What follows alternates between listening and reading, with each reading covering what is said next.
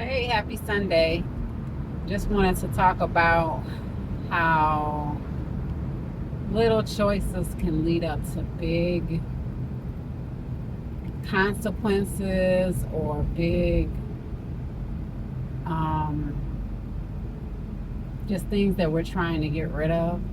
The little choices we make. For example, I teach a low carb keto class once a month on Thursdays, and I know better some of the foods that I'm supposed to be avoiding and some of the ingredients because I started this way of eating and this way of life because my memory was slipping.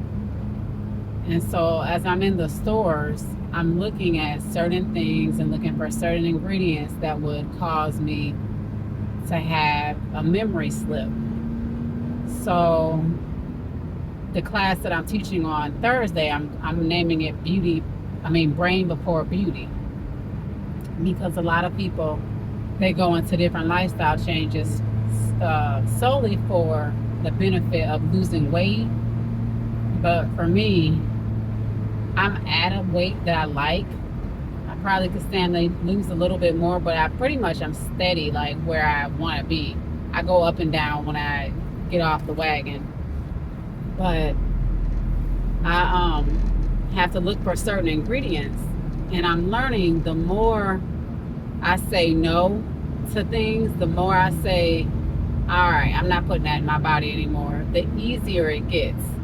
Whereas the more we bow to that desire or bow to that temptation, the easier it gets as far as being, a slave to that thing. It's just like, you know what, I've done it and I'm going to continue to do it.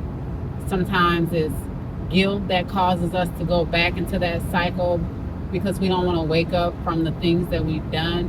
Sometimes it's just like, well, I'm too far gone now. I've already eaten, the apple pie, or I've already done the thing. So why not? Some people have a stronger urge and a desire, although sugar is a strong addiction, and it can cause a lot of things in our bodies to break down and happen. Even the people with diabetes, they know that their bodies are not meant to have that amount of sugar, but they still consume it. And they've been lied to and told everything in moderation. And so they're like, I can have a little bit of this every now and then. But it's just like telling an alcoholic, you can drink every now and then. So we need to be mindful. That's the same with me. I do it because of my brain. And so I look for certain ingredients, and I want to become mindful of not putting those ingredients, of course sugar, but there's aspartame, aspartame, potassium, and so many more that I look for when I'm shopping for certain ingredients. I can do dirty keto and keep my weight well and everything, but there are certain things that I should avoid because I need my brain. But I just wanted to encourage us today that it becomes easier. Whatever you're fighting through, whatever your temptation is, the Bible says there is no temptation that's not common unto man, but for every temptation, he's provided a way of escape. Sometimes that escape can just be like, no, nope, I'm not doing that. Nope, I don't put that in my body. Nope. We need to be strong enough and stand up.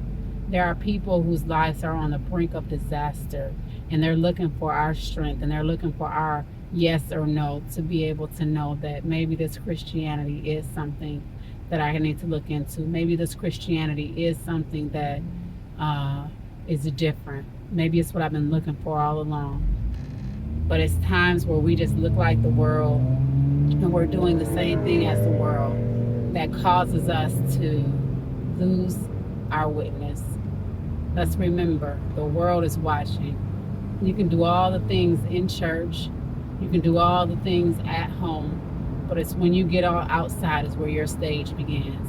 God bless you, and be a witness and be a light no matter what.